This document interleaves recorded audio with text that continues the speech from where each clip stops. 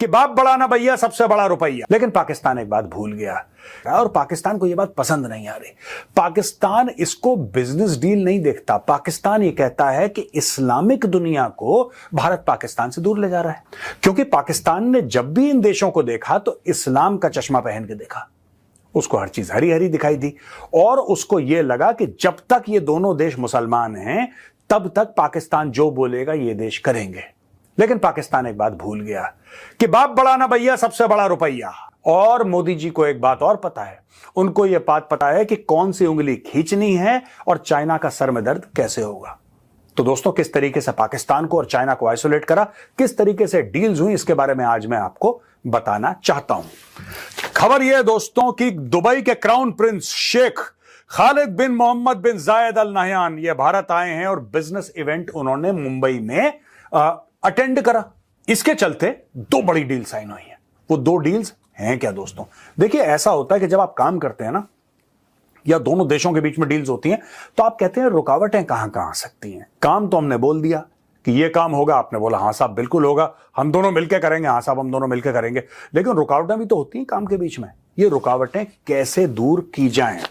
ये देखिए साहब, दो चीजें साइन करी, India UAE virtual trade corridor और दूसरा मैत्री इंटरफेस।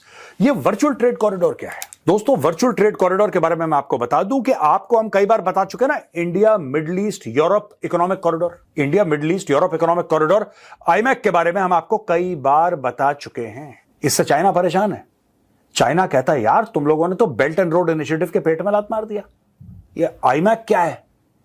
अब इसमें होता क्या है दोस्तों कि ये जो वर्चुअल ट्रेड कॉरिडोर है, वीटीसी जो लॉन्च करी है, इसमें बोला है कि साहब वर्चुअल ट्रेड कॉरिडोर में हर चीज के बीच में, हमारे और मिडिल ईस्ट के बीच में लेटर से ट्रेड चल रही है, अरबों डॉलर की ट्रेड है, ठीक है, जबरदस्त ट्रेड है। उसके बीच में रुकावटें क्या क्या हैं? रेड टेप, लाल फीताशाही, आपके administrative bureaucratic barriers, reduction of logistics and transport cost, enhanced ease of doing business, इसके लिए भी बहुत जरूरी है, optimization of efficiencies, technology leverage, regulatory compliance and streamlined operations and increase transparency. देखिए, हर एक देश का कानून अलग होता है। आप इस देश भेजें, उस देश भेजें, भाई आपका कानून अलग है, हमें आपका कानून पता होना चाहिए, आपको हमारा कानून पता होना चाहिए। कई बार दोस्तों इन दोनों देशों के कानूनों के बीच में जो गड्ढा होता है ना, वहां पर माल चला जाता है, फिर माल निकल नहीं पाता।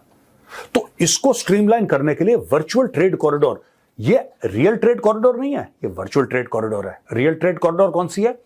India middle east Europe economic corridor, जिसको हम आईमैक कहते हैं। ये आईमैक के सपोर्ट में है। ये scalable, secure, unified and credible. Scalable यानी कि जो हम ट्रेड करेंगे मिडिल ईस्ट के साथ, क्या ये स्केलेबल है?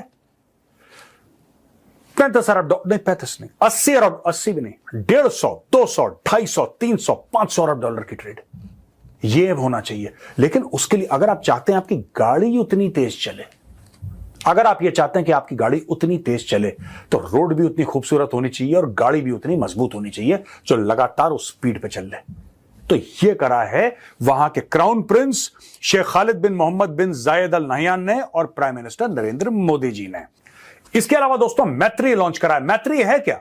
मैत्री ये है master application for international trade and regulatory interface. ये मल्टीपल इंडियन ऑपरेशनल पोर्टल्स को, जो पोर्टल्स होते हैं ना, आपकी वेबसाइट हो गई, आपके मोबाइल फोन एप्लीकेशंस हो गए, कोई भी पोर्टल हो गया जिससे आप बिजनेस करते हैं, तो यूएई का पोर्टल है और इंडिया का पोर्टल है, ये तो अलग अलग है। इन दोनों को कॉमन प्लेटफॉर्म पे मैत्री लिया है। यानी कि यूएई और इंडिया बेसिकली क्या करा है कि क्राउन प्रिंस आए, प्रधानमंत्री मोदी आए, दोनों ने मिलकर एक चीज बोली है कि रास्ता हमें ऐसा साफ कर देना है कि हमारे ट्रेड के बीच में फिर कोई रुकावट ना आए। हमारी ट्रेड के बीच में कोई भी नहीं कि साहब ये ब्यूरोक्रेसी हो गई, ये फाइल यहां से वहां हो गई, सब नहीं। स्केलेबल, क्रेडिबल आपने मॉडल बनाया जिसको स्केल ये कितने भी 100 अरब डॉलर तक की ट्रेड जा सकती है। मेमोरेंडम ऑफ अंडरस्टैंडिंग भी साइन हुई है दोस्तों। ये पार्टीज है international resource holding, RSC limited and a consortium of Indian companies, oil India limited, खनिज विदेश इंडिया लिमिटेड, ओएनजीसी। ये सब तेल और खनिज पदार्थों वाली कंपनियां हैं। ये ओएनजीसी को आप जानते हैं, आप ऑयल इंडिया को जानते हैं, खनिज विदेश इंडिया को जानते हैं। ये सारी की सारी मिनरल रिसोर्सेज, ऑयल वाली कंपनियां। इनके साथ global collaboration and critical mineral supply chain. देखिए भारत की इकोनॉमी बढ़ रही है और आप किसी चीज के बारे में बात करें, आप क्लाइमेट चेंज के बारे में बात करें, क्लाइमेट क्राइसिस के बारे में बात करें, fossil fuels are a reality. यार सच बोलना चाहिए। देखो आपको 10 कड़वी लगे बातें, ये सारे के सारे चौंचले चौंचले तो नहीं है, खैर ये सही बातें हैं, लेकिन फिर भी आज की तारीख में ना यूरोप ये बड़े केयरफुल हैं, फॉसिल फ्यूल के बारे में बड़ी बातें करते हैं,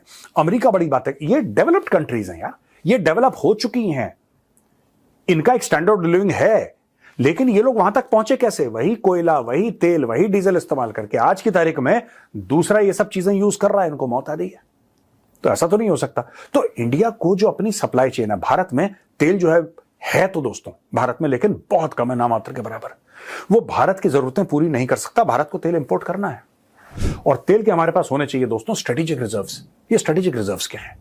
ये स्ट्रेटेजिक रिजर्व्स ये हैं कि कल अगर युद्ध हो जाता है, कल ऐसी कोई प्राकृतिक आपदा आती है, कल कोई ऐसी मुसीबत आती है कि हम लोग वहां से तेल नहीं ला सकते, जो ऑयल प्रोड्यूसिंग कंट्रीज है, मिडिल ईस्ट ले लो, सऊदी ले लो, कोई भी ले लो, जहां से हम लोग तेल, इराक से लेते हैं हम लोग बहुत तेल, वहां से नहीं आ सकता। आपके पास तेल होना चाहिए, इतना होना चाहिए कि कई हफ्ते कई महीने तक आप बिना इंपोर्ट करे उसको इस्तेमाल करके आपकी इकोनॉमी चल जाए।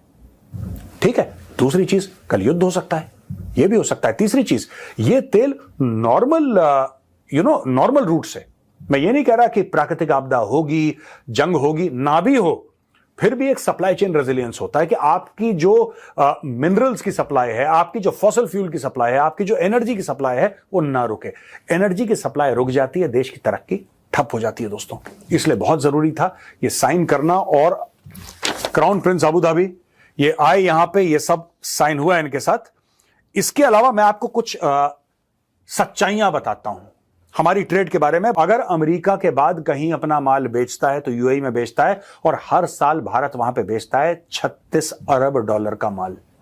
अमेरिका में तो खैर बहुत ज्यादा है, लेकिन यूएई नंबर 2 पे आता है दोस्तों। भारत की रैंकिंग आप मूडीज की देख लीजिए, आप फिच की देख लीजिए, आप ब्लूमबर्ग की देख लीजिए, आप किसी की भी देख लीजिए, लोग कहते हैं भारत इन्वेस्टमेंट के लिए बड़ा सेफ डेस्टिनेशन है यार।